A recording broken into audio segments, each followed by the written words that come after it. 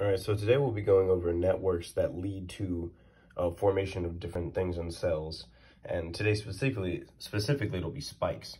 Now, I've made an analogy to this that might be easier to understand, and it's based on soccer. So here, we've got the S will be the goalkeeper, and the P will represent the center back or a defensive player. The I will represent an opponent, so the opposing team's players. And the K will represent the center mid, and the E will represent the striker, who scores the goal in the end. And he's the only one that can, because he's typically the best shooter on the team. So that's the wild type. And if we look at a deficiency with the center back, if we don't have a center back, the goalkeeper has no one to pass to. So if he does make a pass, it goes right to the opponent. And if it goes right to the opponent, then it's not going to make it to the center mid, it's not going to make it to the striker, and there will be no goal in the process.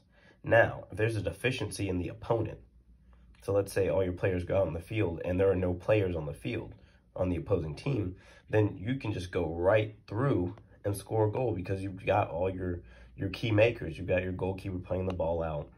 And since there's no opponents, then it goes right to the center mid who can play the striker and score the goal.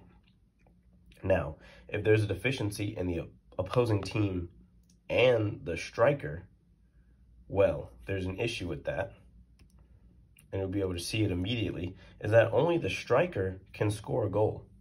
So if the striker's the only one who can score a goal and he's not there, there will be no goal. There can't be a goal if he's not there. And yes, there's no opponent, but these players cannot score. They play too far back in the field. Goalkeepers can't score from where he is.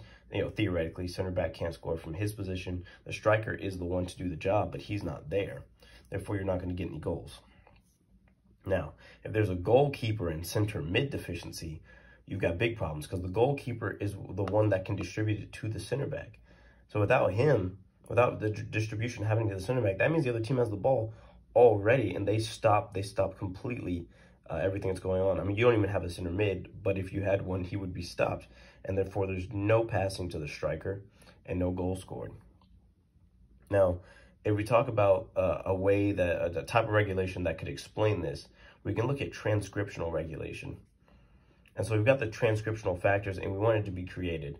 So here, if we look at this circle, this could be what actually creates the spikes in the skin. So once something attaches here to that point, it'll actually go ahead and transcribe the genes to make spikes. But then there can also be something else that'll inhibit that transcription, so it can attach here and prevent the transcription of everything to create spikes. And that could explain how the skin cells work in an organism, especially ones that have the exact same genome, because it's all about the different transcriptional factors.